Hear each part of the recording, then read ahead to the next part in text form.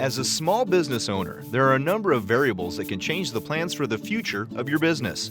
When the unexpected happens and leaves you having to make sudden changes, it's important to have a plan in place and a team of professionals that knows the plan as well as yourself.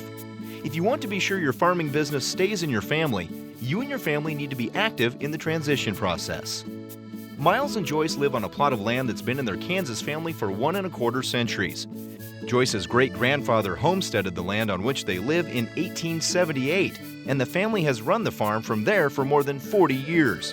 The idea of selling the farm to someone outside the family is one that wouldn't ever cross their minds. That's why you work hard, is to try to pass it on to generation, because if you didn't want to pass the farm on to the next generation, why, I probably would have sold out a long time ago.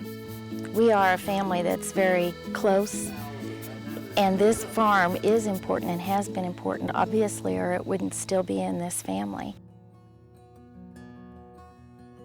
For years, it was assumed that Miles and Joyce's son Bruce would take over the day-to-day operations of the farm, while the other siblings moved away from helping their parents on the farm to pursue other careers. But an automobile accident in 1998 that took the life of the future successor changed those plans entirely and called for a complete restructuring of the future of the family farming business. Suddenly, the family turned to Miles and Joyce's grandson Mike, who'd grown up on the family farm, learning from his grandfather and uncle for a decade, and working as a hired hand in his teenage years.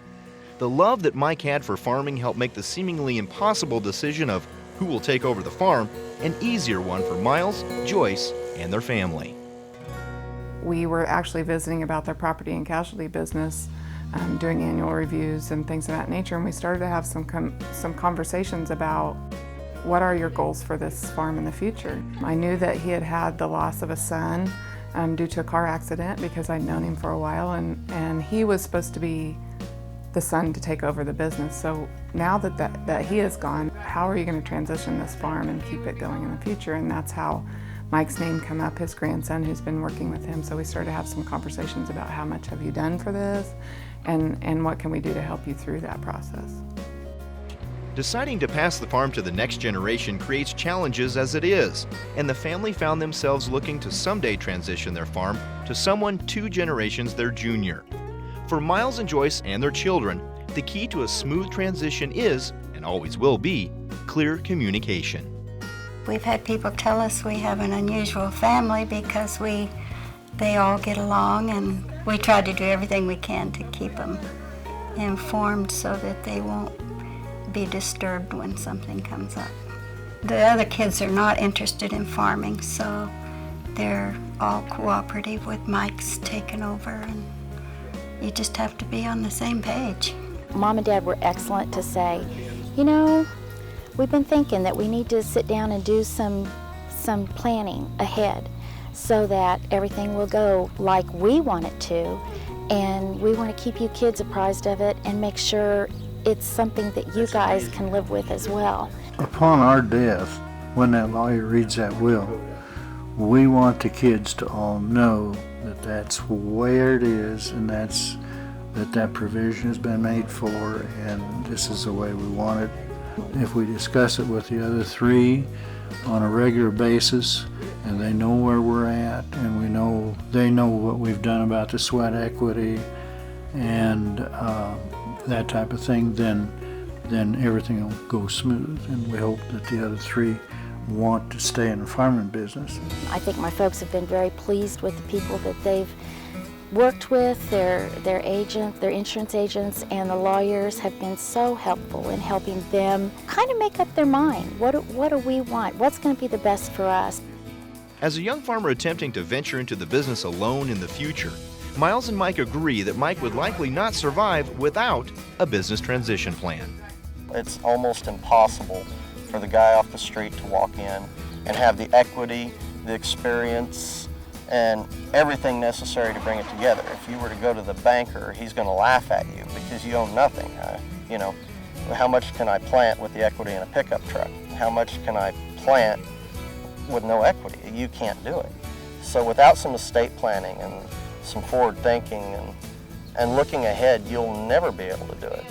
As Miles and Joyce have matured in years, they partnered with their Farm Bureau Financial Services agent to purchase enough life insurance to provide for a situation in which one of them wasn't around. And their agent has also helped bring in legal personnel and other professionals to answer the tough questions for Miles and Joyce. Questions they say they don't want to have to worry about while trying to earn their livelihood and enjoy the company of their children and grandchildren. The life insurance is important to the total picture because, first of all, if something happened to me, then there wouldn't be any funds to continue without a lot of equity in land and equipment. And so with some life insurance, that would get them started with the bank.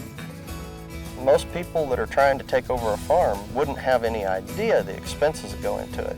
If you can't communicate those things from one generation to the next, the expenses and what it's going to take, and you'll never make it work, because you can't come in here with nothing and expect to be able to plant a crop and grow a crop.